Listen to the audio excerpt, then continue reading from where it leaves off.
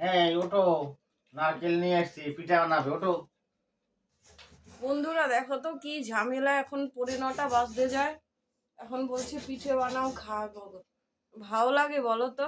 তো যাই হোক, বর যখন আবদার করেছে বানাতে তো হবে, এটা চলো দেখি পুরো পিঠে রেসিপিটাই। তা বন্ধুরা এখন দেখো নারকেল ছাড়ানো হচ্ছে, এখন কুড়াবো, কুড়িয়ে নিয়ে এখন পাটিসাপটা হবে। বরকে বললাম শুধু পাটিসাপটাই খাও, এখন এই রাত্রে এখন পিঠে কে বানাবে, পরে আবার বানিয়ে দেবো পৌষ সংক্রান্তির দিন। দেখো বন্ধুরা নারকেলগুলো কত ভালো, ভেতরে দেখো কত মোটা, আমি তো বিশ্বাসই করতে পারিনি যে ভেতরে এত মোটা হবে। বন্ধুরা ময়দা দিয়ে দিয়েছি এখানে, এখন এবার চালের গুঁড়ো দেবো, আমরা গোবিন্দভোগ চালের গুঁড়ো দিয়ে পাটিসাপটাটা বানাবো। আমি আন্দাজ মতন দিচ্ছি যতটা লাগে। আমি এখানে 3 হাতা চালের গুঁড়ো দিয়ে দিলাম, এই যে 3 চামচ নুন দিয়ে দিলাম।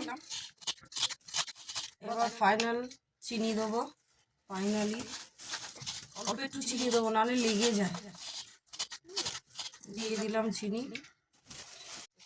তা বন্ধুরা আমি এখানে ডোটা ভালো করে মিক্স করে নিচ্ছি জল দিয়ে। বন্ধুরা আমি এখানে সুজিটা দিতে ভুলে গেছিলাম, যে এখন সুজিটা অ্যাড করব। সুজিটা অ্যাড করে দিয়েছি, এবার ডোটা ভালো করে মেখে নেব। আমি এই যে গুলিয়ে নিয়েছি, ঠিক এরকম থাকবে, বেশি পাতলাও না বেশি মোটাও না, মিডিয়াম। এই যে এখানে দেখো নারকেলটা কোরানো হয়ে গেছে, এখন নারকেলটা গুড় দিয়ে পাকাবো। তো দেখো বন্ধুরা এখন এই যে গুড় বের করে নিয়ে এসেছি, এখন গুড়টা দিয়ে নারকেলটা মাখিয়ে নেবো। তো দেখো আমি কড়াইতে দিয়েছি, এখন পুরটা তৈরি করে নেবো। বন্ধুরা আমি এখানে 2টো এলাচ থেতে নিয়ে এখন দিয়ে দিচ্ছি। এলাচের গুঁড়োটা দিলে একটু স্বাদটা অন্যরকম হয়। বন্ধুরা গুড়ের যা সেন্ট বেরিয়েছে না, না না শুকলে বিশ্বাস করবে না। আমরা যখন বকখালিতে ঘুরতে গেছিলাম তখন এই গুড়গুলো আমরা ওখান থেকেই কিনে নিয়ে এসেছি।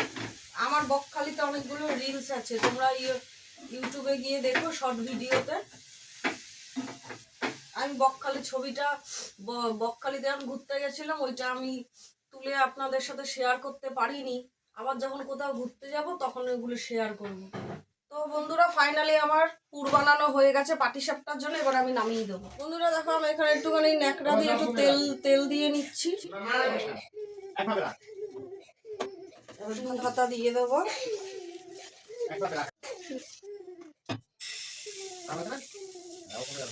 হাতা দিয়ে এবার এটা গোল গোল করে দেবো।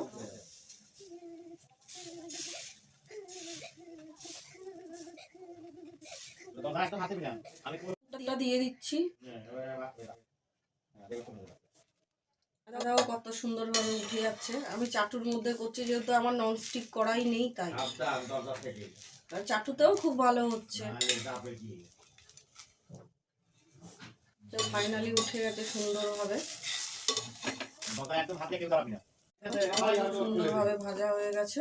এবার আমি নামিয়ে নেবো। বন্ধুরা আমি পাশের গ্যাসে দুধ বসিয়েছি, দুধটা আমি ক্ষীরের মতন বানিয়ে নিয়ে পাটিসাপটার উপরে দেবো, খেতে খুব স্বাদ হয়। তোমরা বানিয়ে খেও এইভাবে। তো বন্ধুরা দেখো ফাইনালি পিঠে বানানো শেষ, চলো এবার আমার বরকে গিয়ে খাওয়াই। ওঠো,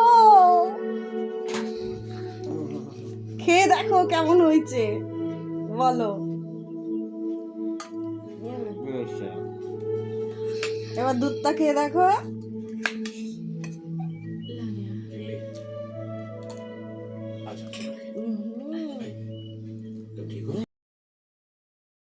আমাদের ভিডিওটা ভালো লাগলে প্লিজ লাইক শেয়ার কমেন্ট করবেন।